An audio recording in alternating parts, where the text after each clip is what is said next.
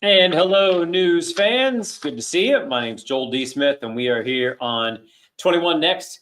A number of stories to tell you about. Some go back decades, some just a couple days, and we will take a look into the future of weather, a little bit of everything. So let's start with this. Now, this is a story we've been following since 1989. It might be older than some of you people out there watching this right now.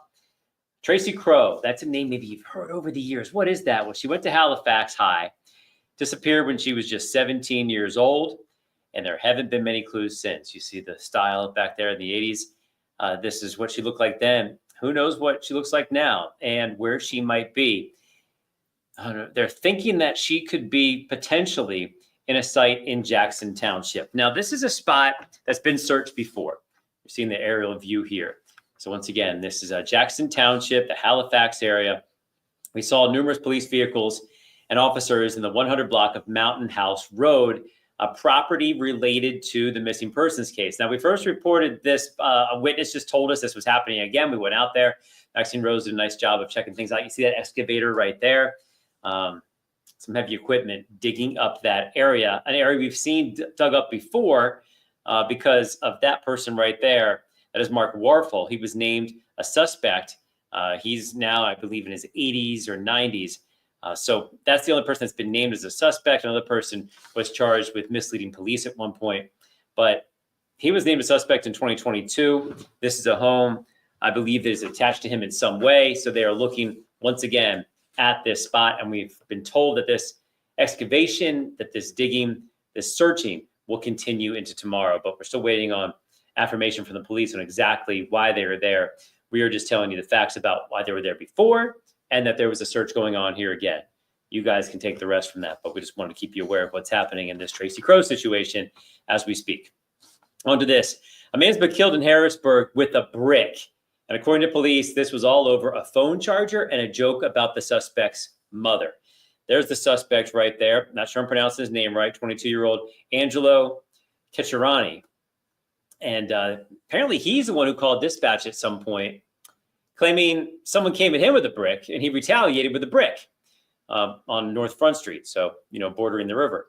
So they talked about this. They had an interview, and Kecharani allegedly admitted later that he used a cinder block and a brick to hit, and eventually he died, Joshua Schneider, in the head multiple times.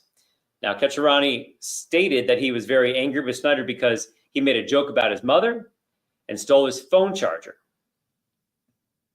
Schneider was found still wrapped in a sleeping blanket near 221 North Front Street, appeared to be asleep when he was bludgeoned with that cinder block and brick, according to police. And now that man right there being charged with murder. And that is, going to be another murder in the city of Harrisburg in 2025. Staying in Dauphin County, we have information about fire crews. I mean, amazing video, right? So we always say we admire these firefighters for what they do, but could you imagine yourself in this scenario here? This was provided to us by some officials in Harrisburg. This is inside. So they've somehow have some awesome camera that doesn't melt, that can show you the flames when they are inside this place, a Pembroke duplex. This one happening overnight. They're at this duplex fire. The smoke could be seen from the roof, but we're showing you inside right now as they try to take out some walls that are still burning, and you can see how tight of a space this is sometimes. We're also told they had to punch through the duplex's ceiling as well, and a lot of flames on this one, but it's very interesting, and I would say in a sense heroic to go in there and fight something like this when it's burning all around you. I know they're trained for this. This is their job, but still impressive stuff when they get in there. We appreciate the Harrisburg Bureau of Fire Station 2 sharing this with us to give this the inside view. There he goes. One guy's taking care of another, getting those ashes and the flames off of his head.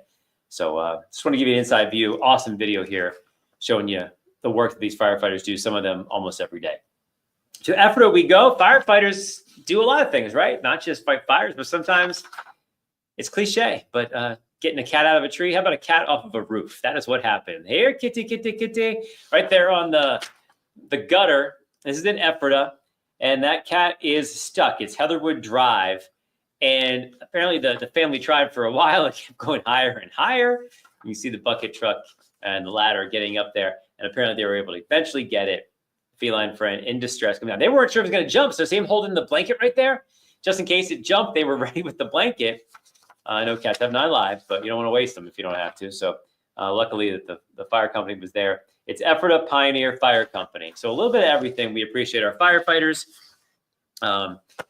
We always appreciate them for sure, but you see the range of their duties. Either way, helping people out. We love the firefighters here. At 21 Next, we also like the weather forecast. Or do we? We'll now bring in Chief Meteorologist Tom Russell no, we're getting the nose already. No. You don't like this one, dude. No, you got to peek all the way to the end to find something good here. Yeah, you really do, Joel D. Tomorrow is just an ugly day. Rain's already moving in this evening. Some folks, especially in West Shore and to the south, have already seen the rain. So it's not just the rain, but how chilly things are going to be through the day tomorrow. We're going to struggle to reach that 60 there. I don't think a lot of places will make it. So basically the temperature now in the 50s is where we're going to be even during the day tomorrow. So this is just an ugly day. Not just rain, but it's talking about some heavy rain, 1.5 inches, 2-inch rainfall totals. So make sure the gutters are clear and the drains are clear. That's a lot of rain in about 12, maybe 15 hours. Then we get a little break Thursday, Friday, Joel D. Some more rain on Saturday. That's not quite as wet. It's not an all-day washout. But you mentioned next week, June is here, and here come the 80s. So big-time heat is coming our way next week. I asked you on the air if we know the names of people named after months, right? So you have April, lots of Aprils out there. There's a couple Mays. May, sure. And then we came up with one June. June Cleaver from you came up with that one. Yeah. Leave It the Beaver, right? Yeah. I want to talk about something else. You've been around a long time here at CBS 21. Tracey Kroh. This has just been going on for so long, and then you get one little nugget of information, and so many people are hoping that this could change things and this could be the time. And we had some reactions from Facebook earlier of people just hoping that this family can get closure. But as someone, I've been at the station for about 12 years now, 12 years now. You've been here longer than that. Just tell me a little bit about Tracey Kroh in your mind, as we have been covering this for so long. As time goes on, less and less people remember. So every time we get one of these little inklings of, we might have a lead, I think it's almost like a cry wolf syndrome. Like, here we go again. We're digging up the potential for some answers. And every time we come up dry, I think people are more and more disappointed. So I think there's almost a tune-out factor, sadly so, except for those who are, most invested in this. But we've done this story, I can't tell you how many times. Yeah. And now we're literally back at the same location we were 1 year ago. So what do they know now that they didn't know a year ago? Those are the questions. Yeah. But I think she was so young, and for a while, there's always this hope that she's somewhere. Yeah. She could be living somewhere, right? And just show up. Exactly. Yeah. And that's the hope, is that for whatever reason, she, got out of town. She started a new life somewhere. Right. Somewhere else. And is healthy and happy somewhere, and not part of a negative scenario, which it seems like if they're, digging up this backyard. So I think that's also part of it, is until you know for sure, there's always that inkling of hope too. Yeah. And you want to keep hope alive, no doubt. But as you mentioned, Warfel's in his 90s, I think now, right? So any hope of answers is literally going to die as the, decades pass, unfortunately. Yeah. Well, anyway, we're going to keep folks updated on that whenever we find out more. But we'll just get your take on that for a second. Yep. All right, sir. Anything to stop you from talking about the weather? Stay dry, Joel Deaton. All right. Thank you, sir. All right, folks. Thanks for watching. Apparently, I need to go get a drink. Maybe you do as well. But thanks for watching 21 Next. And we'll keep you updated on the Tracey Kroh situation. In particular, that search will continue tomorrow. Once again, that's the Halifax area. Missing 17-year-old from 1989, and just never getting those complete answers as to what happened. So a lot of people are, thinking, here we go again. But others are hoping like this is finally the time where the community will get closure, but especially the family as well, who obviously have had to deal with the what ifs of their lives for so long.